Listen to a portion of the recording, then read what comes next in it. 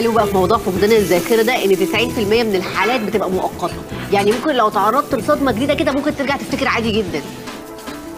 ده حاول ايه ما تركز معايا، بقالي ساعه عماله بشرح له. حاول. ركز معايا تعبت. كنت بتقولي ايه؟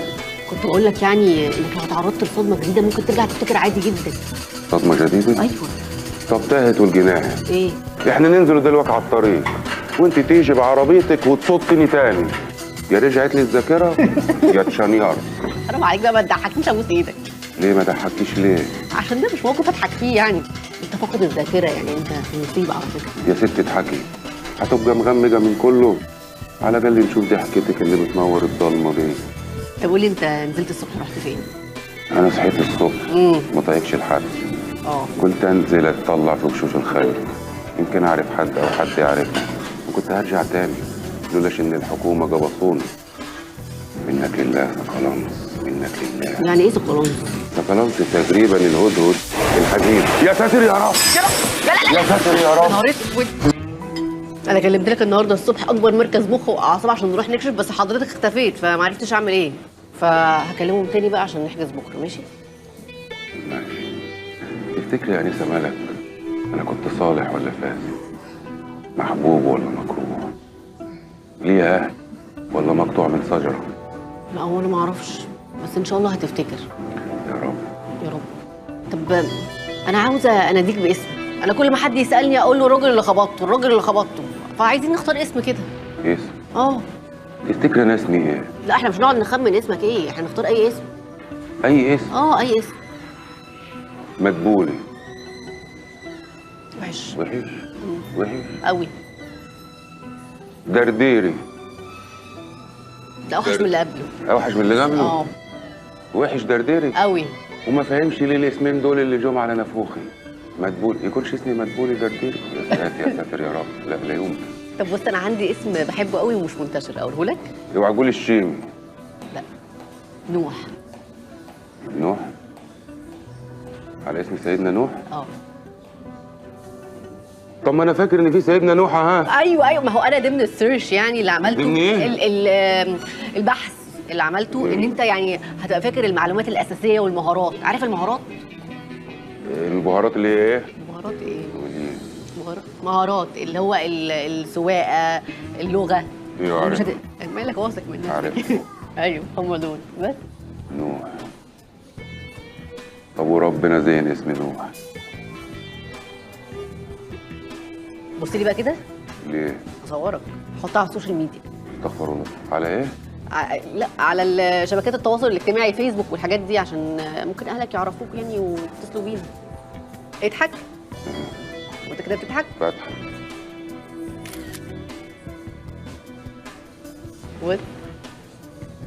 شكلي بلط. ايه؟ وربنا شكلي بلط. ايوه. شكرا. بتعمل ايه؟ ايه؟ بتعمل ايه؟ هحاسب. انا ما اقبلش ان حرمه توكلني على حسابها ابدا. انا حرمه؟ ايوه حرمه. بكام الوكل ده؟ 3077 جنيه. الوكل مش المطعم. 3077 جنيه. الوكل المحروق ده ب 3000 وكام؟ 77. 77 يعني هي جت على 77 جنيه. اعتبري دين عليا. يا رب يا رب ترجع لي الذاكره جوام، لحسن انا اسبوع كمان كده هبقى مديون بنص مليون جنيه. عايزين نشتري الذهب ونبلغ ابو لهب. اتفضل عشان ما هزقكش. لو انت اللي هتعمليها انا مش هزعل. لا ده انت مهزأ بقى فعلا وما تربيتش. الله لا لا في ايه مالك؟ انا كلمتك؟ انت مجنونه ولا ايه؟ انت كمان هتطول لسانك عليا؟ انت بتهبي بياض يا طرنش، انت ياض بتهبي بيه. انت مش شايف انا يا عم نوح؟ انا ماشي في امان الله لقيتها بتتبلى عليا بتقول لي اني عكستها. يعني واحده برنسيسه زي دي ماشيه في امان الله هتتبلى على واحد بسحنه امك دي؟ ها؟ اتاسف ليه؟ انا ما عملتش حاجه. هنقعد طول اليوم نقولوا عملنا وما عملناش، اتاسف ليه بقولنا؟ انا ما عملتش حاجه. تاني؟ ده عكسني على فكره وطول لسانه عليا كمان. جنابك بتشرح ايه؟ بتشرح ايه؟ ما هو باين على سحنه امه. ما هو باين. حقك علينا يا اخويا، حقك علينا، حقك علينا يا ست الكل. الواد ده شغال عندي، اعتذر للهانم يا تعتذر. انا اسف يا انسه. يلا غوري يا صحفينا نوح، اكيد ما يعرفش ان الانسه تبعك. ماشي يا عم، مش فاكر اسمك انت. لا مؤاخذه يا هاني، اتفضل. واي حد يضايقك نادي قول يا نوح، هتلاقيني قدامك. انا شغال في محل الشيمي هنا. ميرسي قوي يا استاذ نوح. ايه؟ ميرسي قوي. يلا باي. يلا يلا. نوح، ايه؟ انا جبت لك الموبايل ده وسجلت عليه رقمي ورقم بابا ونص المحامي. المحمول ده ليه يعني؟ ايوه ليك انت. بجد؟ اه والله. ده انا امي اللي ما عرفهاش شكلها كانت بتدعي لي جامد. الله اكبر. طب تعالى ناخد سيلفي. ناخد ايه؟ سيلفي. دش يعني؟ لا دش ايه؟ لا صورة. دش بمناسبة المحمول الجديد. لا ماشي. صورة. ماشي.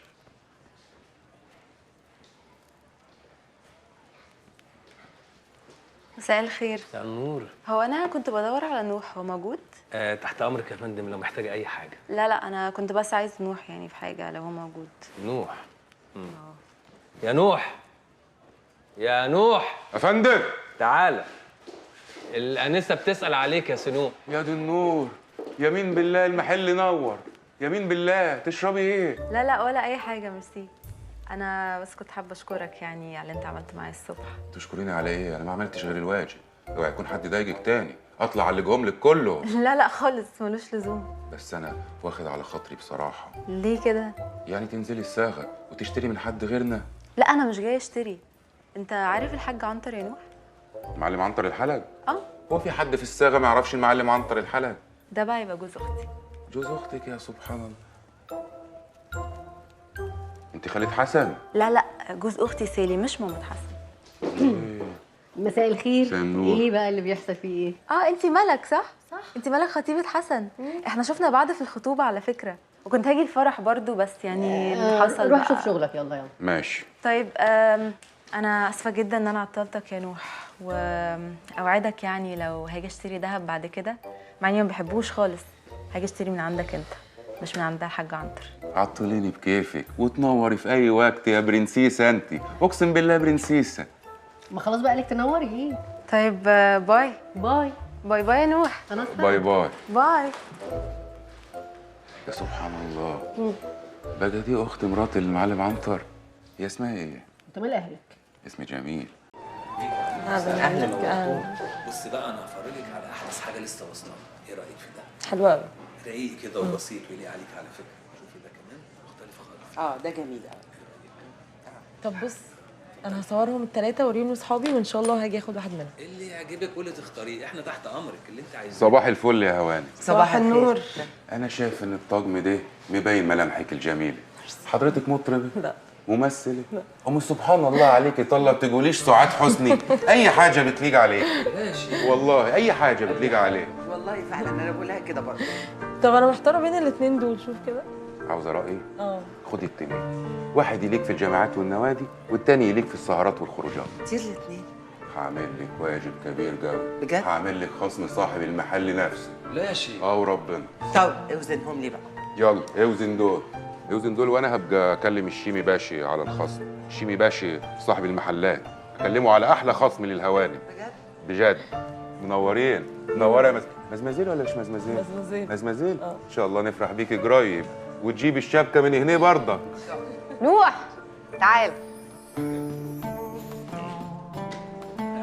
اهلا بيك. كام بقى طلع حاجه؟ لا ده احنا بقينا جامدين قوي. شكرا. لو فضلت كده همسكك تيم السيلز كله. متشكرين. انا مبسوط منك يا نوح. ربنا يكرمك يا باشا، وبعون الله اللي جاي ضرب نار. ضرب مين يا حبيبي؟ يلا عشان تلم هدومك، كنت فارقنا. يلا قبل الليل. انا قلت لك مليون مره مالكش دعوه بنوح. نوح مين؟ الاستاذ اسمه راجع. وتعرفت منين؟ اتفضل تعالى بص يا هانم، اتفضلوا. تعالى قابل يا عم راجع. ولدي رجب ولدي. ايه ده؟ حبيبي يا ولدي. ايه ده؟ مين دي؟ دي امه، ودي بقى خالته، وده ابن خالته. حبيبي. راجع حوش عيلتك عني. امي بجد يا حاجه ولا ناويه تثبتيني؟ انت ما فاكرش امك يا رجب؟ يا مري، ايه اللي جرالك يا رجب؟ يلا يا رجب تعال عاود معانا. انت مين يا؟ انت مين وعاود معاك ليه؟ انا رياض ابن خالتك يا رجب. ما فاكرنيش كيف؟ ما تطلعي له يا ام رجب. أيوة. طلعي له الورق اللي معاك عشان يصدق. ايوه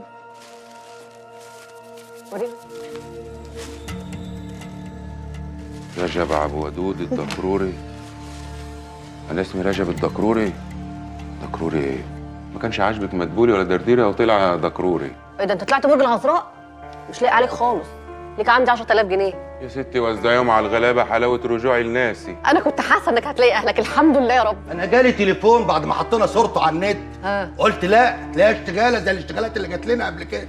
لغايه ما قابلتها ووريتني الورق اللي يثبت. الحمد لله كده يا نوح، معاك ورقك وعندك اهلك، وهم بقى يحكوا لك على كل اللي فاتك. هو انا كنت دكتور يا اما؟ دكتور؟ لا يا ضناي، انت كنت محامي بس طلعت من الجامعه. امال انا ليه كتبت الراجل وجع عينيه على دواء قلبه وخففه؟ ده دواء القلب اللي كنت بتعطيهولي كل يوم يا ولدي. يعني انت فاكر دواء القلب يا رجب وما فاكرش امك ولا فاكرني؟ في ايه يا ست انت؟ ما تجلديه بالمره. بقول لك فاقد الذاكره يعني دماغه مروحه. انا هشرح لكم حاله رجب بالظبط، بس تعالوا الاول نتعشى عندنا وبعد كده تشوفوا بقى انتوا هتعملوا ايه. لا يا ضنايا ملوش لزوم، انا هاخد رجب واروح اعود على البلد. والله العظيم ما هينفع، تروحوا عندنا تتعشوا وبعد كده تشوفوا بقى هتعملوا ايه عشان خاطري، معلش. تسلمي يا بنتي. حبيبي يا ابني يا حبيبي. اما يا ضنايا وحشتك قوي يا ضنايا يا حبيبي. حبيبي. امال انا ابويا فين يا اما؟ الله يرحمه، مات وانت صغير. الله يرحمك يا ابا. وحشتك قوي يا ضنايا. قطعتي بينا قطعتي بينا يا رجب. يلا يا جماعه يلا يا جماعه، الفيلم الهندي ده كملوه في القطر وانتوا مروحين. نصر ايوه يا باشا اصلح يا عم. بص يا ست ام رجب، انت ست اصيله وجدعه وطيبه، عشان ربيتي رجب احسن تربيه حتى وهو فاقد الذاكره. الاصاله والشهامه والجدعنه كانوا موجودين، وده دليل انك ربيتيه كويس. ربنا يرضى عليك يا سعاده البيه. رجب ولدي يتحط على الجرح يبرد، وبعدين قال مالك متربي؟ قال من عند ربي. فعلا يا باشا انتوا اللي بيت كرم واحترام. ناس غيركم كانوا سابوني مرمي مصفي بدمي في الشارع وقالوا احنا مالنا بيه. احنا هنبقى نيجي نزوركم كتير قوي. تعرف ان انا عمري ما رحت الصعيد؟ انت تنوري اي مطرح تروحي، يمين بالله تنوري اي مطرح. قولي لي يا ام رجب، اتفضل يا بيه. ابو رجب كان بيشتغل ايه؟ كان بيشتغل لا مؤاخذه تاجر مواشي. الله يرحمك يا عم عبد الودود. الله يرحمك يابا. كان يشوف البهيمه من دول جايه من على اخر الشارع، يعرف هي بنت كام وذكر ولا انتايه وفاضيه ولا عشر. الله اكبر. الله يرحمك يابا. الله يرحمك. طب ليه رجب يا ام رجب يعني ما كملش الكليه؟ مع انه ذكي جدا وشاطر. لا ما تعملش الحركه دي، انت عارف انك شاطر. مش قوي. ولدي رجب كان في الجامعه بس ابوه تعب واحتاج عمليه كبيره بفلوس كتير، فاضطر يسيب الجامعه عشان يشتغل عشان يعمل عمليه لابوه. ورجب كان بيشتغل ايه؟ يعني انا شايفه بيفهم في حاجات كتير قوي، بسم الله ما شاء الله عافي. يا ابوي احنا صعايده، والصعيدي صاحبه دراعه، ورجب يعمل اياتها حاجه يطلع احسن واحد في الدنيا. رجب أجدع واحد بيلعب كرة في البلد. يا حبيبي يا رياض، يا حبيبي يا رياض. مش رياض برضك؟ الواد ده شبه مين؟ لو ايه رجب احسن واحد يعمل بتاو. الله، انت بتعمل بتاو؟ بعمل بتاو. شكلي كده بعمل بتاو زي ما بتقول امي. هو انت بتحب البتاو؟ بحب البتاو. هتعمل لنا بتاو؟ هعمل لكم بتاو ان شاء الله في اول زياره. احنا يا دوب دلوقتي نلحقوا القطر عشان نرجعوا بلدنا، ومتشكرين يا بيه على الفتره الجميله اللي قضيتها معاكم دي. لا هتمشي ايه دلوقتي؟ اكيد ما فيش مواصلات. لا مش هينفع. لا انتوا هتبيتوا معانا النهارده، احنا عندنا جناح للضيوف في الجنينه. تبيتوا النهارده وبكره تروحوا البلد. ربنا يكرم اصلك يا باشا، ابن اصول حقيقي. قوم يا اما. استنى شويه. انت قوم يا اما. قوم يا اما مش ملاك. سيبهم ياكلوا. معلش يا باشا، عايز اقعد مع امي وحشاني. يلا يا خالتي، يلا يا خالتي حبيبتي يا رجب وحشني. طب وربنا النمر ده انا ما شفتش اجدع منه. تعلم الساغه كلها الادب. ده انا كملت جهاز اختي من الفلوس اللي سابها لنا على باب الشقه، والفرح الشهر الجاي. وانا اخيرا هعمل عمليه ابويا، العمليه بتاع المال البيضاء اللي في عينيه دي. ده 2 مليون مكافاه، ده اللي موزعه النمر بس بتاع 10-15 مليون. قال له 20 مليون يا عم، ده الناس كلها بتحلف في حياته. بس النمر لو عايز رجاله احنا في ظهره. رجاله ايه يا جدع؟ النمر اللي قدامه 100 راجل ياكلهم وبطوله. عندك حق. واخد بالك؟ الناس كلها بتحبك يا نمر. اروح اجيب عشا بقى عشان جعان. لا روح انت، انا هطلع المخزن اغير على الجرح. لحسن الشيمي في عصوري بيده، وكمان عاوز اقعد افكر في اللي جاي. يلا روح. ماشي.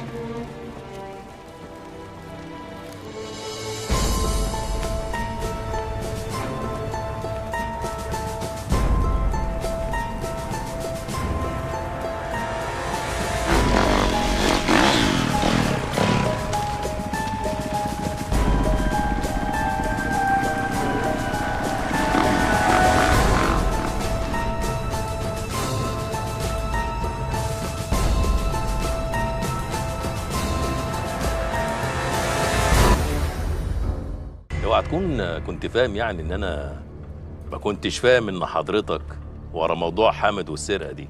انا؟ ايوه انت. انا كنت ناوي اهزاك في وسط المعرض لولا بس ان النصري فهمها وانقذك. ما هو انا بصراحه مش عارف نوح ده طلع لنا منين ده راخر يعني. وبعدين ما هو واكل دماغ حضرتك ودماغ ملك. عيب. انا ما حدش يقدر ياكل دماغي.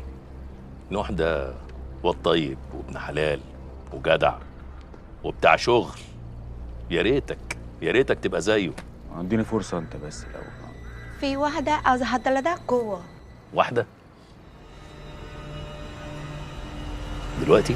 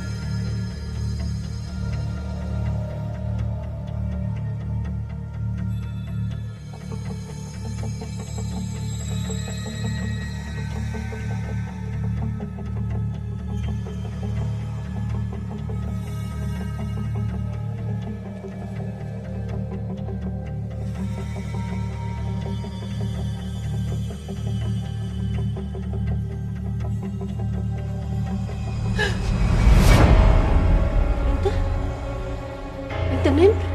هفهمك كل حاجه يا ملك. فهمني ايه؟ انا فهمت كل حاجه خلاص. انت مش عارف انا هعمل فيك ايه. ايه دي يا ملك عشان اشرح. ايه؟ انت تلف وتمشي قدامي من غير ما تفتح بقك بولا كلمه. لف بقولك.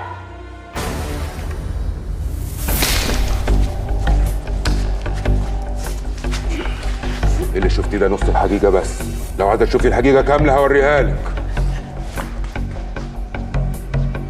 مين دي؟ دي صورة ماما الله يرحمها. ودي؟ دي صورة قبر ماما. انت جبت الصور دي منين؟ انت مين؟ ودي؟ مين دي؟ امك اللي ماتت من 20 سنه ملك الله يرحمها. لسه عايشه. انت فاكر كده انك ممكن تضحك عليا؟ كل ده ليه؟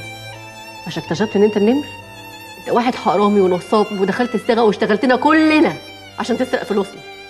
وجاي دلوقتي تضحك عليا بصوره معموله فوتوشوب ولا مش عارفه معموله بابلكيشن ايه؟ انت وقعت وانا مش هسيبك. انا ما وجعتش يا ملك. انا اللي جايبك لحد هنا وسايبك تمشي ورايا من ساعه ما طلعنا من الساخ، وكسرت اشارتين عشان تلحقيني، وركنت 3 مرات عشان ما المحكيش، وانا اللي سايب لك الباب مفتوح عشان تدخل. انت مش هتضحك عليا تاني. انا امي ماتت من 20 سنه الله يرحمها. مش انا اللي بضحك عليك يا ملك. انا لا حرامي ولا نصاب، وصوره والدتك قدامك اهي حيه ترزق. انت مين؟ انت عايز مني ايه؟ انا امي ماتت من وانا صغيره، وياما رحت زرتها في قبرها، وياما عيطت لها وحكيت لها على اللي بيحصل. انت فاهم اللي انت بتقوله ده معناه ايه؟ انت اللي مش فاهمه انت عايشه في ايه. انا جبتك لحد هنا عشان اوريك الحقيقه. حقيقة ايه؟ دي اكيد مش امي. مين دي؟ العروسه اللي معايا دي كانت موجوده معايا في كل صوري القديمه. إلهام السرجاني عايشة محبوسة بقالها 20 سنة. شهادة وفاتها مضروبة، والقبر اللي المفروض مدفونة فيه فاضي. ازاي؟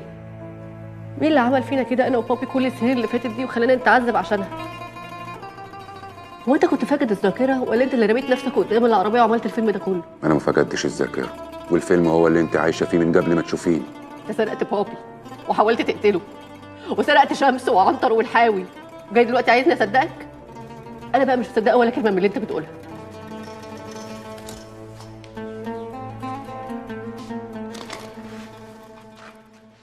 لو مش مصدقاني أنا قدامك أهو، اقتليني، بس لو قتلتيني مش هتشوفي والدتك تاني. طب هي لو عايشه زي ما انت بتقول وديني ليها. الصبح يصبح وأوديكي ليها وهتشوفيها بنفسك. ماشي، وانا مش متحركه من هنا الا على هناك. ماشي.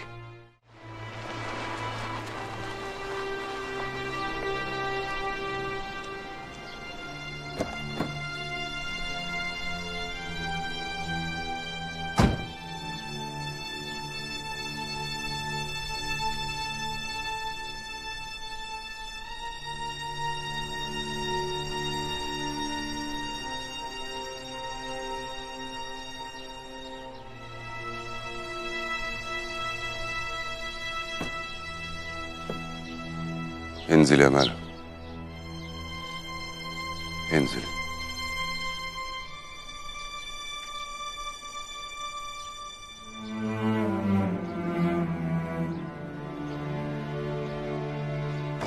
تعال.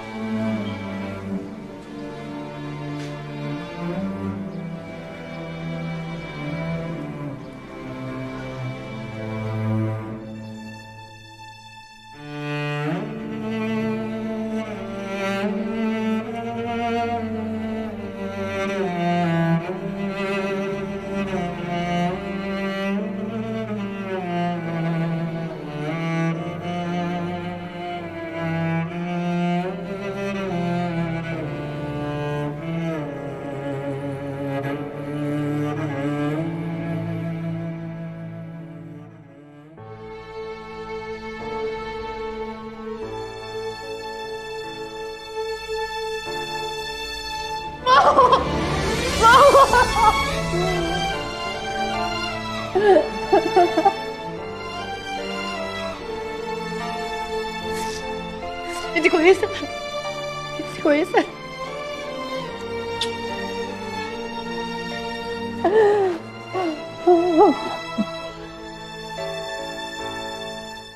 انا هعوضك عن كل حاجه وحشه شفتيها في حياتك.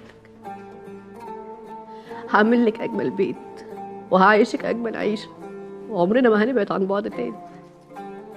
عارفه، انا طول عمري كنت بدعي ربنا كده، اقول يا رب يا رب اشوف ماما لو لحظه واحده بس احضنها فيها.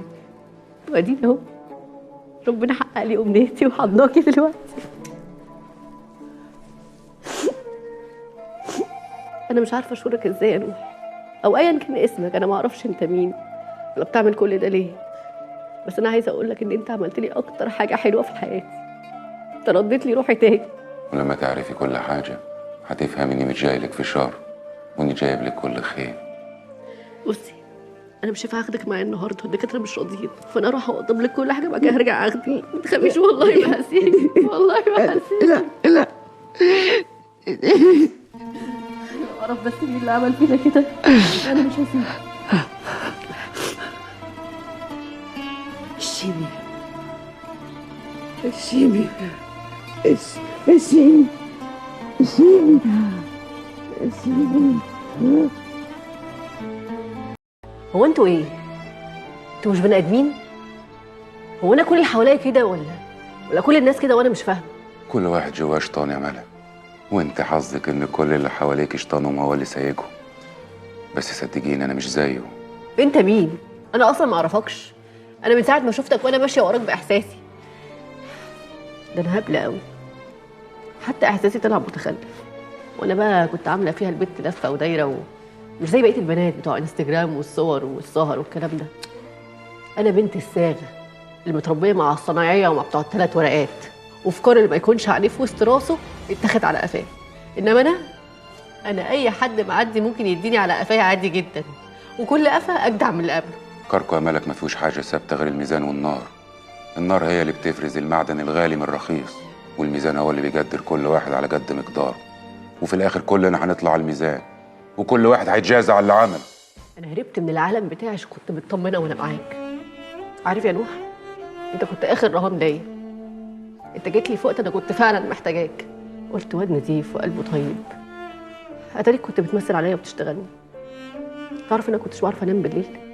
كنت دايما اقعد ادعي ربنا كده، يا رب يا رب يرجع له الذاكره، يا رب ده واد غلبان وطيب. تاني انا اللي غلبانه وطيبه وهبله. انا مش جاي ناويلك على الشر يا ملك، بالعكس. انا كانت اول مهمه ليا اني انجدك من عيله عنتر وجوازتك من حسن، وان اكشف لك فريد. ما سالتيش نفسك مين اللي بعت لك الرساله يوم فرحك؟ انت لازم تحكي لي عن كل حاجه. قبل ما اقول لك احلفي، احلفي بالله ان اللي هقول لك عليه ما حدش تاني يعرف. والله العظيم هقول لاي حد. انت طيبه قوي يا ملك. انا ما شفتش بنت زيك في حياتي. انا هقول لك على كل حاجه، هحكي لك على الحياه كلها ومش هخبي عليكي ولا حاجه، وهقول لك انا مين وايه اللي جابني هنا. هو انت ازاي بتتكلم كده؟ هو انت مش صعيدي؟ لا